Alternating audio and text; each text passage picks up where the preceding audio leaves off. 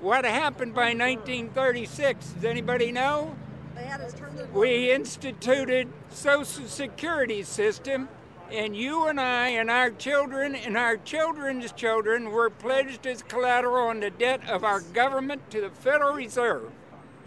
And that's where we're at today. It took 20 years to make this country bankrupt, and since then, our government has operated under emergency powers of our government. It is not the president that makes the decision in this country. It's the Secretary of Treasury who turns around and is put in there by the Federal Reserve to manage the bankruptcy. We've been in bankruptcy ever since. So to print $700 billion and to give it away, how do they get away with it? The manager of the bankruptcy is told by the Federal Reserve this is the way to go. That's where we're at today.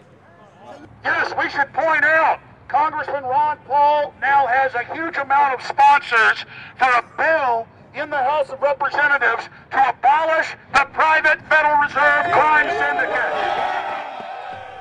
In 1913, the money power of the country was taken away from the people. By constitutional privilege, it belongs with the Congress, but it was given up in the Federal Reserve Act. The Federal Reserve is no more federal than Federal Express, but yet it has the power to determine the direction of use of money in our economy. If we could take that power back and put the Federal Reserve under Treasury, we start to be in a position of being able to control monetary policy on behalf of the United States people. The Federal Reserve is totally private, and Alan Greenspan 2 weeks ago on PBS on Lair NewsHour said on record that they are above the law, the Congress, the President, everyone. No court can do anything. We run America. What is the proper relationship, what should be the proper relationship between a chairman of the Fed and a president of the United States?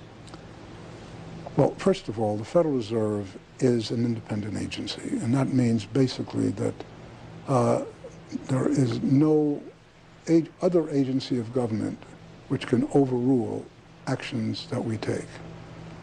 So long as that is in place and there is no evidence that the administration or the Congress or anybody else is requesting that we do things other than what we think is the appropriate thing, then what the relationships are don't frankly matter. Notice what Greenspan is saying. Greenspan is saying the Federal Reserve is beyond the law. And in reality, they are in practice beyond the law. Nobody, as far as I know, has ever audited the Federal Reserve. One of the first things we ought to do when we nationalize the Fed is go in there and find out the audit. Who stole money? Who engaged in corruption? There's a whole series of people going back to Volcker, to Greenspan, to Bernanke, and so forth. Think of the arrogance of private group of banks that have bankrupted the nation by design so they can repo the country. A private group of banks that loaned us our own money back are telling us they're above the law. You are not above the law, criminals. No one is above the law. No one is above the law, and the private Federal Reserve sure as hell isn't either. Since the founding of the Federal Reserve back under Woodrow Wilson, the Federal Reserve has struck out 3 times. They didn't stop the crash of 1929. They didn't stop the banking panic of 1932, 1933. And now they are the cause of the derivatives crisis because they're the ones who inflicted derivatives on the world with Alan Greenspan. Instead of our economy being about goods and services and real products and manufacturing, it's all about these guys, the private Federal Reserve that masquerades as a government entity who controls the issuance of currency and credit.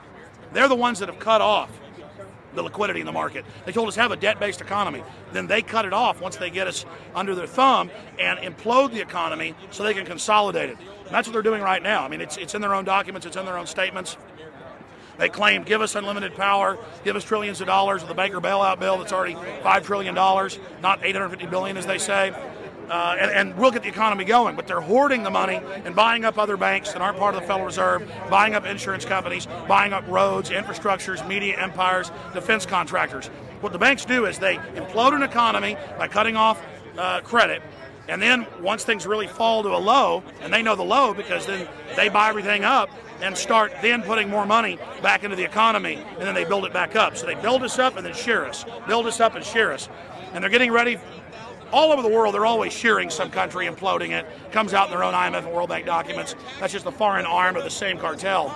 And these are the people who claim to be the saviors of the economy, the people who have created every important crisis in the past 100 years, the Federal Reserve. So it's illegal, it's unconstitutional, and it's a failure. And I think the failure is what everybody can see right now. Yeah, what they do is they make you think Clinton's evil in running things. Then, oh, Bush will save us. And then, oh, Bush was evil. Now we'll be saved by Barack Obama, but he's just a puppet. But as we get deeper into this phase, when they implode the economy, they have all the money and all the control. But they also like to pose as the savior. So Obama is meant to be the savior during the Depression, and he'll save us with a 1 million person, he said, is bigger than our military, domestic spy force, a 3 million person environmental spy force. So giving people these jobs to be government bureaucrats and spies to go out and manage the other 290-something million Americans. And so this is classical fascism. The communists also do it. Any vertically integrated command and control authoritarian system does this. So they're openly following what the same group of banks did in Germany, Russia. It's in the Communist Manifesto to have a private central bank, because the private central bankers actually wrote the ideas that they had Marx and Engels put out. People go, well, why would the banks want communism? It doesn't exist. They rape us, they consolidate us, they put us into work brigades, they make us slaves, and they say it's a people's paradise. Look at it, boy, you're really doing good. And then they transfer all the wealth of the nation offshore. The globalists are outside all the nations. That gives them safety, and they play countries off against each other.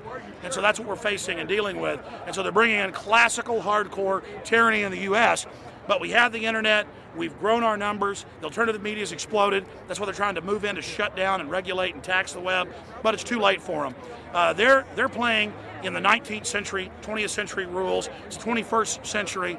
The century of resistance to tyranny. And so it's going to be one hell of a fight with the people and free humanity on one side and the New World Order on the other. And every one of you out there counts, needs to be involved in this fight like nothing you've been involved with before, because this is life and death. Everything depends on exposing these people. Everything depends on showing the people that this is the New World Order, this is the criminals. We're dealing with the king rats here, the people that are carrying out tyranny worldwide. And either they fall or we fall. Either worldwide darkness and a new age of tyranny and oppression and with a scientific overlay, or a new age of liberty and freedom and a new renaissance. The choice is the people's out there. Okay, we can tell you what's going on. You can check it out for yourself and find out it's true. But don't wait. Investigate now. Get involved now. Go out there and reach out now. We don't have time. If you're looking for the solution, look in the mirror.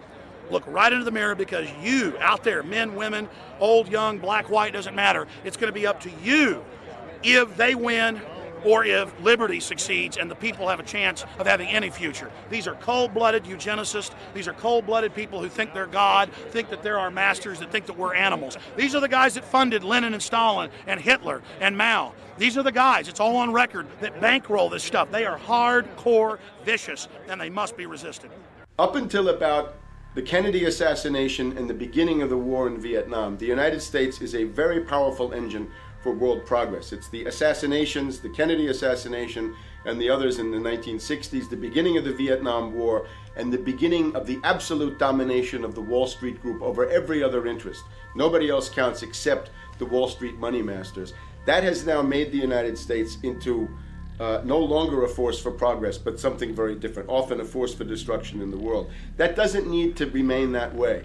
The interest of the American people is to fight to take your government back from Wall Street and make the United States a force for progress in the world, which we easily could do if we could just break the power of the people behind Obama. The main banks of Europe, which were started by Adam Weishaupt and Rothschild, the Banque Nationale de Paris, the Bank of England, the Bank of Italy, have all financed the messianic and war leaders of the last 200 years.